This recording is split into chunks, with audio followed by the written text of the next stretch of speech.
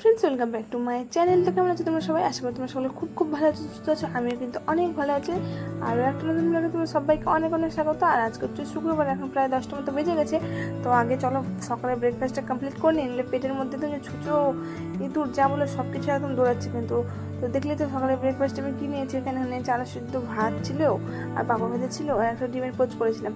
তো আজকে ব্রেকফাস্ট আজকে যে সকালের খাবারটা একদম জমে ক্ষীর হয়ে গেছিলো। আমার একদম মন পছন্দের মতো খাবার ছিল। তো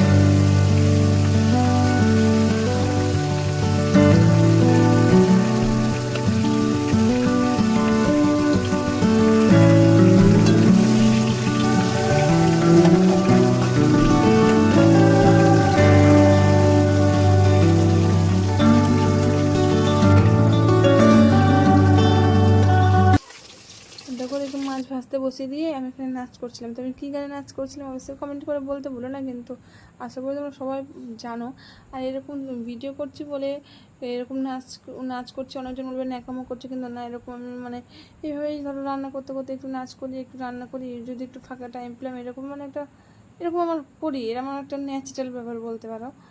তো চলো ফটাফট রান্নাটা কমপ্লিট করতে হবে, নইলে লেট হয়ে যাবে খেতে।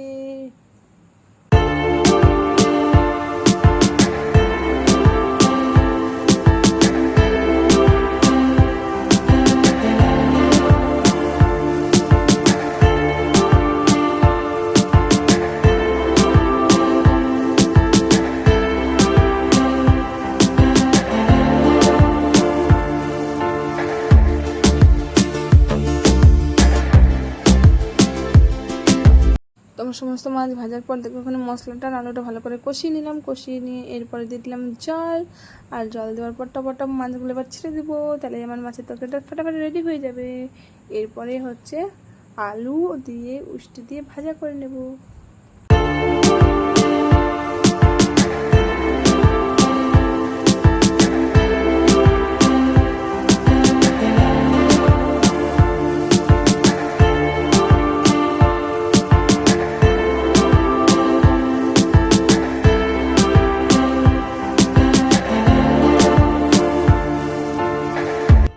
মাছের ঝোল একদম রেডি হয়ে গেছে। গেছে। আর মাছটা খেতে দারুণ হয়েছিল, কারণ মাছটা যেহেতু ভালো ছিল, দেশি রুই ছিল, মাছটাও সত্যি খুব তাজা ছিল, টাটকা ছিল বলতে পারো। মাছটা খুবই সুন্দর ছিল, তো খেতেও মাছ তরকারিটাও খুব ভালো হয়েছিল। যে দেখো, মাছ যদি ভালো হয় তো তরকারিটাও তুমি যেমনই রান্না করো না কেন, একটু কালো জিরের ফোড়ন দিয়ে দিয়েও যদি রান্না করো তাও টেস্ট হবে। আর মাছটাই যদি গড়বড়ে হয় তাহলে তুমি যতই মশলা দিয়ে রান্না করো সবই বৃথা, তাই না? তো মাছের তরকারিটা আমার হয়ে গেছিলো, আর এখানে আলু আর করলে দিয়ে পেঁয়াজ দিয়ে একটু চচ্চড়ি, আর রান্না করতে করতে এত গরম লাগছিলো কি বলবো, মানে মাথাটাই খারাপ হয়ে যাচ্ছিলো। আর সিঁড়ির তলায় যেহেতু আমাদের রান্নাঘর, তাহলে আরও ওই জন্য আরও বেশি গরম লাগতো। যেহেতু জানলা একটা আছে অবশ্য, তবু যতই যাই করো না, গরমের দিনে রান্নাঘরে রান্না করে তো গরম লাগবে, তাই না? তো এখানে আমার রান্নাবান্না কমপ্লিট করার পর আমি স্নান করে নিয়েছিলাম। স্নান করে দেখো এখানে সবারই ভাত বাড়ছিলাম, মা বাবার। আর তোমরা যারা যারা জানো না তারা বলবে হয়তো তোমার মা কী করে। তো আমি রান্নাবান্না করার পর দেখো এখানে চলে এসেছিলাম ভাত বাড়তে। সবারই বাবার, আমার বোনের, দিদার সবারই ভাত বেড়ে নিয়েছিলাম। এই যে দেখো ভাত বাড়লাম, তারপরে মাছের তরকারি। তো এভাবেই আমার দিনটা কাটে, প্রত্যেকটা দিন খুব ভালো লাগে। তোমাদের সাথে একটু শেয়ার করতে পারছি, এটা আমার একটা মনে খুব আনন্দ লাগে যে হ্যাঁ, যাই হোক আমার কথাগুলো হয়তো কেউ শুনছিলে। তোমরা কারা কারা আমার ভিডিওটা দেখছো অবশ্যই কিন্তু কমেন্ট করতে ভুলো না। হ্যাঁ, আমারও ভালো লাগবে তাহলে, যে আমি যাদের জন্য ভিডিওটা বানাচ্ছি, যাদের জন্য ব্লগটা করছি, তাদের একটু হলেও ভালো লাগছে।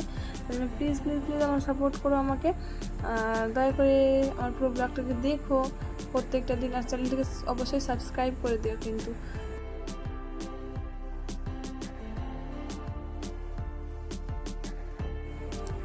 তো আমরা খেতে বসে গেছিলাম। রিমি স্কুল থেকে চলে এসেছিলো, আর রিমিকে ঠকে নিয়েছিলো। খাতাটা দেখছিলাম, ওই পাতলা ফিনফিনে একটা খাতা, সেটা 25 টাকা নিয়েছিলো। স্কুলের সামনে একটা ঠকবাজ লোক বিক্রি করতে এসেছিলো এই খাতাগুলো। ওই খাতাগুলোর মধ্যে কিচ্ছু নাই, শুধু একটা ধরো drawing dot dot dot dot করে আছে, সেটা ডটগুলো মিলিয়ে একটা হয়তো হরিণ হলো, হয়তো একটা বাঘ হলো, এরকম একটা খাতা ছিল। মোট 4টে পেজ ছিল, আর 25 টাকা নিয়েছিলো, ঠকে নিয়েছিলো। বাবা তো খুবই রেগে মানে বলছিলো যে তোরা মানে টাকাকে একদম খেলনা পেয়ে গেছে। যাই হোক, বাবা রেগে গেছিলো একটু বলতে পারো ওইটুকু টাইমে। তো এখানে আমার খাওয়া দাওয়া কমপ্লিট হয়ে গেছে, আমাদের সব আমার হয়ে গেছে অলরেডি, আর মা বাবার হয়নি। তো আমরা এইভাবে প্রত্যেকদিন সবাই একসাথেই খাই, আজকে বলে না, আরও মানে দুজন খাই, হচ্ছে আমার দুটো বোন আছে, ওরা একসাথে আমরা খাওয়া দাওয়া করি। তো আজকে ওরা যে যার মতো শুয়ে আছে, এখনও ওরা খায়নি। তো আমরা খেয়ে নিলাম, ওরা যখন ঘুম থেকে উঠবে তখন খেয়ে নেবে। ওরা সকালের খাবারটা খেয়েছিল, তো এখন দুপুরেরটা খায়নি, একটু পরে উঠে হয়তো খাবে, স্নান টান করে শুয়েছে। তো চলো। Hello friends, good evening. তো দুপুরে খাওয়া দাওয়ার পর তো শুয়ে পড়েছিলাম, শুয়ে তারপরে একটু পালং মরে গেছিলাম। তো আর তোমাদের সাথে কোনো কথা শেয়ার করতে পারিনি। তো কালকে সেমিনারে যে প্রোডাক্টগুলো হচ্ছে ম্যাম আমাদেরকে দিয়েছিল, কী গিফট পেয়েছি সেটাই তোমাদের সাথে শেয়ার করবো। তো সেটা শেয়ার করা হয়েছিল না কালকে, কারণ মানে অত দূর জার্নি করে যাবো, আবার এসেছি, তারপরে তোমার অনেকটা সময় কাটেছে। সে সকাল 11টার থেকে বেরিয়ে তারপরে তোমার হচ্ছে বাড়ি ঢুকতে প্রায় 8টা বেজে গেছিলো। তো অনেকটা ক্লান্ত হয়ে গেছিলাম, তাই জন্য কিছু শেয়ার করতে পারিনি। তো দেখো প্রথমেই দেখাচ্ছে এই সার্টিফিকেটটা, যে অ্যারোমা ব্র্যান্ড, যে অ্যারোমা ব্র্যান্ড ছিল সেই ব্র্যান্ডের। এই যেখানে দেখো আমার নাম লেখা আছে শম্পা মণ্ডল। তো সেই ব্র্যান্ডের তরফ থেকে সার্টিফিকেটটা দিয়েছিল আমাদেরকে।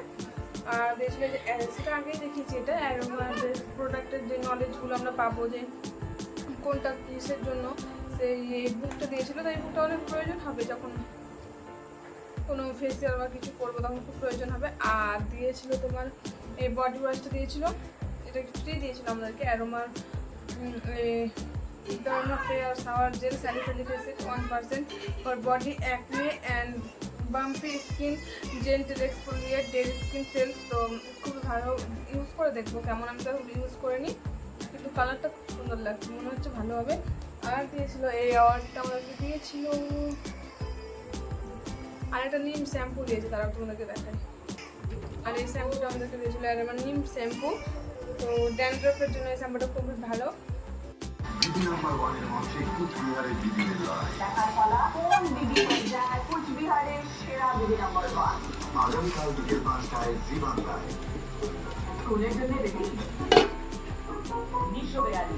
ভারত ছাড়ো আন্দোলন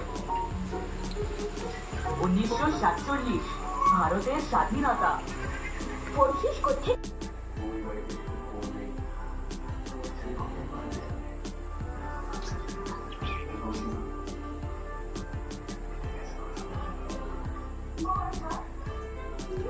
তো গাইস, আমি আমার খাবার নিয়ে বসে গেছি, এক পিস রুটি, সিমই আর আম। আজকের ডিনার আমার এটাই।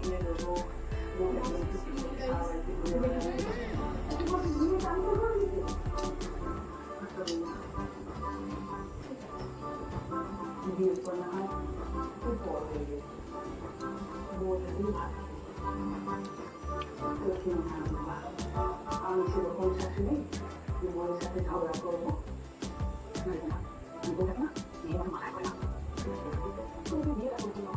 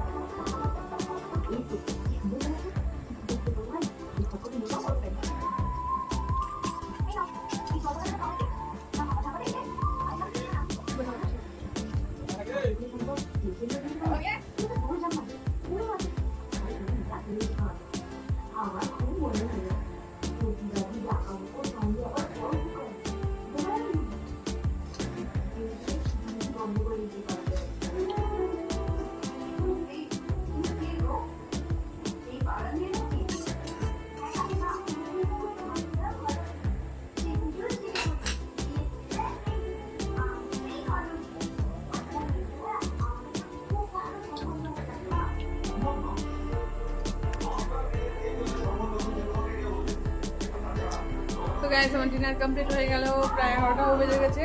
তো আজকের মতো ব্লগটা এখানে শেষ করলাম, দেখা হবে আর একটা নতুন ব্লগের সাথে। ততক্ষণ জন্য টাটা, আর অবশ্যই চ্যানেলটাকে সাবস্ক্রাইব করতে ভুলো না, লাইক করে দিও, কমেন্টে জানিও ব্লগটা কেমন লাগলো। তো আজকের মতো এতটাই, দেখা হচ্ছে আর একটা নতুন ব্লগের সাথে।